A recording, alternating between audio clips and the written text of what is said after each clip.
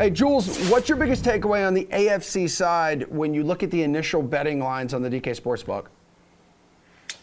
I mean, the AFC is pretty interesting. Obviously, it came together a little bit later, given that insane Sunday night game that we're all talking about. Another one of my big reactions is that you don't see the Indianapolis Colts in there. Thank you very much to your Jacksonville Jaguars, Emerson Latzia, for cashing my Colts plus 150 to miss the playoffs. I buried that one, counted it as a loss.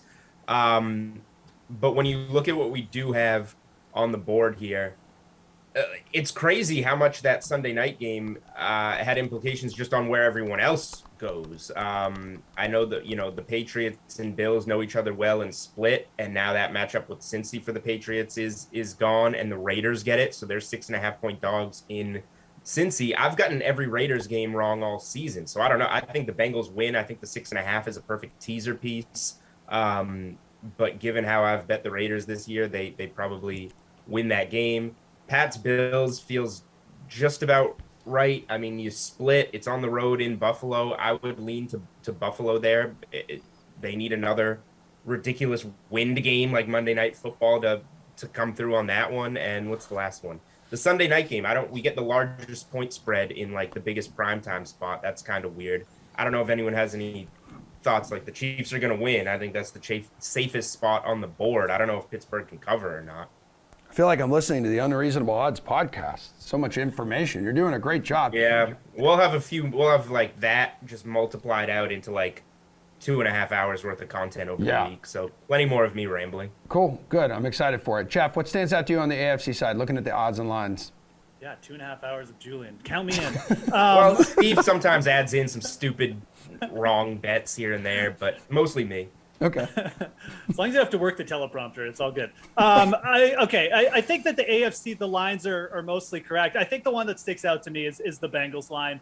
It's not that I don't like the Bengals in that game. It's just, you look at the Bengals. They lost to the Chargers, and then we just saw the Raiders beat the Chargers. It's a pretty big ask, right, for a team who doesn't have a playoff win in like ever. I don't know, but like a long time, right? So. The Bengals minus 6.5. That one, I believe, even opened maybe just a little bit shorter, so it's already gone up. Obviously, people believing in the Bengals, and I do think they'll win, but it's a big line, and not much respect being given to the Raiders there. Pearce, what do you like? What do you not like? You know where I'm going. Play the long shots. Yeah, again. 9,000 to win it all. They're the team of destiny. I'll go over specifically how I think the Steelers can win this game against Kansas City. But something that no one's talking about, everybody's talking about all the timeout and what happened there. What about the life of a Pittsburgh fan over the last 24 hours, what they have gone through, winning a game in overtime, then the Raiders are going to win, now the game's in overtime, now the game's going to be a tie, then all of a sudden the Raiders decide to kick. I doubt that there's any Pittsburgh fans alive right now, awake, watching this program. Might be a couple of days they're watching it on replay after they've recovered, but man, it's been a wild ride for them. I hope it continues. It would have been hilarious after the celebration. You saw Mike Tomlin there on social media, everyone dancing in the locker room. Big Ben just sitting there mashing chips and dip on his couch, just thinking, "Oh my God, if they miss this kick, it's a tie, we're done." Kicking off the weekend though, we have the Bengals and the Raiders here. Jeff, can Las Vegas keep it within 6.5? Well, I mean, again, I alluded to this off the start. This is the line that stuck out to me the most. Now, at the same time, I do think the Bengals win this game, and I'm not sure if the Raiders can keep this close. Look what the Raiders needed to do just to win that game in overtime last week. They needed to jump out to a 10-0 lead, and they couldn't shut the door on a young quarterback like Justin Herbert. Are they going to jump out to a 10-0 lead on the road again? Probably not. And now they have to face Joe Burrow and this great Cincinnati Bengals attack. I know they have one good corner in Casey Hayward, but guess what? The Bengals have T. Higgins, Tyler Boyd back there. I think the Raiders probably put up a little bit of a fight, and then they just fade late here. So yeah, I do think the Bengals, and this is a big game for the Bengals franchise, man. I mean, all these playoff losses, time to break the streak with the new quarterback. I know this line does feel a little bit chalky, a little bit like a trap, but I think the Bengals ultimately prevail here, and I think they probably cover too. All right, Pearce, what do you expect here? Also, total sitting at 49.5 on the DK Sportsbook. As a lifetime Ohio resident, I expect the Bengals to lose. Never won a playoff game since I was a very young boy. And I know Jeff's like, well, they got the new quarterback. Well, they said the same thing with Carson Palmer, and they said the same thing with Andy Dalton. It never worked out for them. Now, on paper, they should win, but on paper, they should have won every one of those playoff games that they lost. I think that they can win this one. If there's ever been, this is their best shot they've had in the last 30 years. They should win, but I don't expect them to cover this spread. And Jules, running back Joe Mixon may hold the key to victory in this one. So we got to see what happens with him coming out of COVID-19 protocol. Mixon against a poor Raiders run defense. And the only difference with Pearce, and I completely understand why he's so negative here when the same thing happens over and over for 30 years. Why would you think any differently? But like Burrow and Chase are the best that they have had, Cincinnati. So if there's a time, it's now, and they're at home. Like Jeff said, the number's a little weird. Like I thought this would be more like the 4.5 that we see in New England. Buffalo would feel like the right number, but that doesn't change my mind that I also think the Bengals are going to win. So if I think they're going to win, is the 4.5 or 6.5 going to make a difference? Maybe, but there's no real key numbers in there other than 6. That's why I just think they're the perfect teaser piece, I guess, in this spot. But again, I can't get a Raiders game right for my life. This Raiders season, they start the season 3-0. They end the season 4-0. Sandwiched in between, they go 3-7. They're a bad team, 3-7.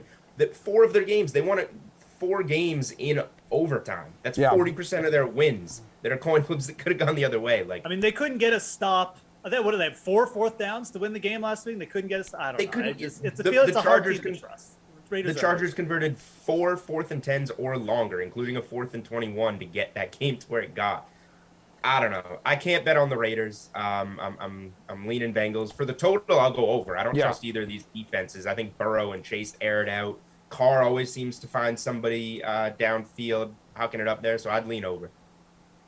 Yeah, and you can't forget all the turmoil that the Raiders had to overcome, like off the field as well. But they have allowed an average of under 20 points a game over the last 4 weeks, in which, Jules, you have referenced that they've won all of those, ending the season, regular season, on a win streak there. Let's go to the Patriots here.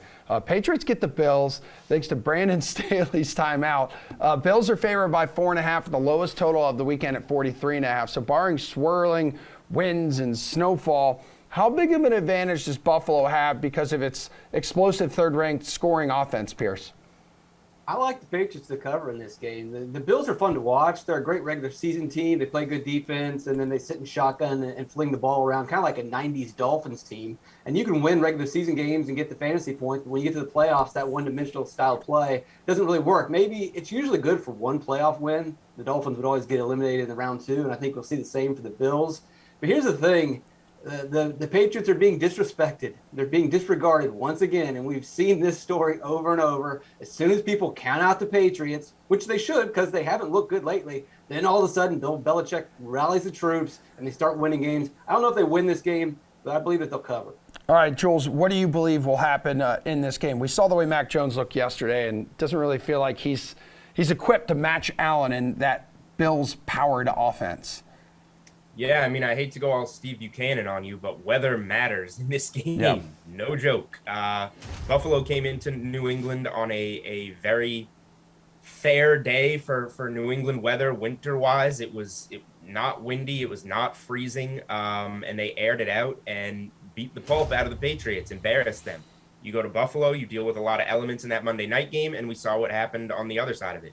The Bills have come out and said they're built to beat the Chiefs. They're built to air it out, play that kind of Kansas City game. They're built for a dome team. Now Buffalo's talking about building a dome. That's like Buffalo is outdoors and embracing the negative degrees and hailstorms and whatever. But seriously, like if it's a nice night in Buffalo, I think the Bills win by a touchdown or more. If it's 10 degrees, like it's looking like it might be, maybe a little bit of snow, maybe a little bit of wind, which is looking like it might be, I give the Patriots a real shot to cover and win the game. It's that simple. I like that it's a short week.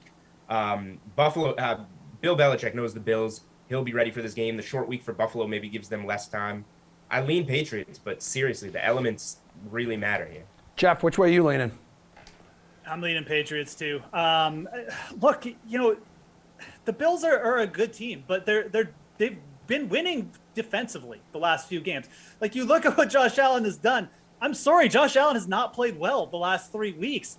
It was close with the Jets for a while last week. It was close with Atlanta for a while the last couple weeks. They needed their defense to come through. Now they played, like Pearce said, a disrespected Patriots team, a much better defense. I get it. It's a rookie quarterback in Mac Jones. And I'm not saying that the Bills defense can't rise up here again and make Mac Jones look silly, but this is the third time Mac Jones gets to see this Buffalo defense. I'd be expecting a little bit better play from him. And if the Patriots get even a little bit better play from him, we know they can run the ball, and we know their defense is probably going to give Josh Allen a little bit of trouble. I think this 4.5, if anything, is just a little bit too small. And I would lean on the Patriots side. I think you're going to see a close game regardless of the weather. I don't disagree that I think the bad weather favors the Patriots, but I think the Patriots can air it out a little bit too. And I think that if they get a lead in this game, it's going to be a little bit tough. They are going to need Josh Allen to step it up, and he can do that, but he really has not looked that good in the last 2 weeks. No, he's got to break out of this funk. He's thrown for 2 touchdowns and 3 interceptions in his last 2 games. That was against the Falcons and the Jets here, guys.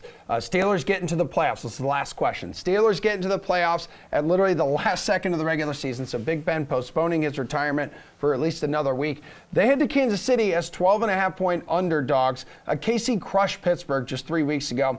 Totals 46.5. Julian, you expect a repeat of their last matchup or it to go a little differently? I do. I don't know why it would go much differently. It's at Arrowhead. Pittsburgh does not have much in the tank offensively. They can't stop the run, so if Kansas City gets that lead and wants to run it, they should be able to. They're better against the pass, but it's Mahomes and Hill and Kelsey, so we'll see how much they can actually do. I think that using the Chiefs are kind of like a free square in my mind. So I think the popular tease is going to be like the Bengals down to a pick'em and Tampa to -2.5, but that's -120. And you're laying a couple points with Tampa. If you just go Bengals, Tampa, Chiefs on the money line, 3-team money line parlay, it's even money. So you're risking less juice and you're taking away the points with Tampa to just go with Kansas City money line. That's the way I would go about it. For like a weekend parlay or something, but I would lay the points with the Chiefs if I had if you made me choose in this game, because I just don't see how Pittsburgh stays in it. Yeah, Geoff, Chiefs defense is the one side of this team that sparked that midseason run after a 3-4 start. Absolutely. I mean, the Chiefs defense is good, but you know what? The Steelers defense could cause some problems here, and I think they are going to cause some problems here. And I certainly am not going to be betting the Chiefs on the spread here. I think the Chiefs probably prevail because they have Patrick Mahomes, and I'm just not sure if Ben Roethlisberger can get there. But I think this game could be a lot closer just because of the Pittsburgh pass rush. What gave the Chiefs problems last year? It was elite pass rushes, right? And again, like the Steelers, I get it. Ben Roethlisberger can't throw the ball very far anymore, but this is a team that has wins over Tennessee, Cleveland, and twice over Baltimore. I know 2 of those teams aren't playoff teams, but they're still pretty solid teams. Pittsburgh is scrappy. Their defense keeps them in games, and they've actually been really good at covering spreads as well. I'm not inclined to take the bait here with Kansas City. I think they probably get through, but I think this game has the makings of being a lot closer than people think. All right, Pearce, do you expect it to be closer than the first time around? Absolutely. Let's talk about what the Steelers do well, and that's defend the pass. This is a passing league. If you defend the pass well, you win games. That's how you make the playoffs, and they did. You look at passing yards allowed, they're top 10. Passing touchdowns allowed, they're top 10. Pressure rate, top 10. Sacks, number 1. I don't believe that they're going to have trouble slowing down the Kansas City pass attack. Now, their rush defense is awful. It's terrible. That might kill them. But you look at Kansas City, that's not really Kansas City's strength. Their adjusted rushing yards from running backs this season ranks just 17th. So there definitely is a path to, the next round. The bigger issue, really, the thing that I can't quite calculate or reason in my brain is how Ben Roethlisberger and his offense are going to get going. But I can see the Pittsburgh pass defense slowing down Kansas City and keeping them in this game. You look at, they allowed almost 400 yards passing to Justin Herbert in Week 11. But since then, the last 7 weeks, they're averaging 199 yards passing, 1.3 touchdowns, 1.3 interceptions. They're absolutely stopping the ball through the air. If you can do that, you can stay in games in the NFL. I mean, absolutely playing with house money here too. The Steelers this is just like a free roll for them. I mean, they probably felt they had no chance of even playing in this game last week, a day ago. So.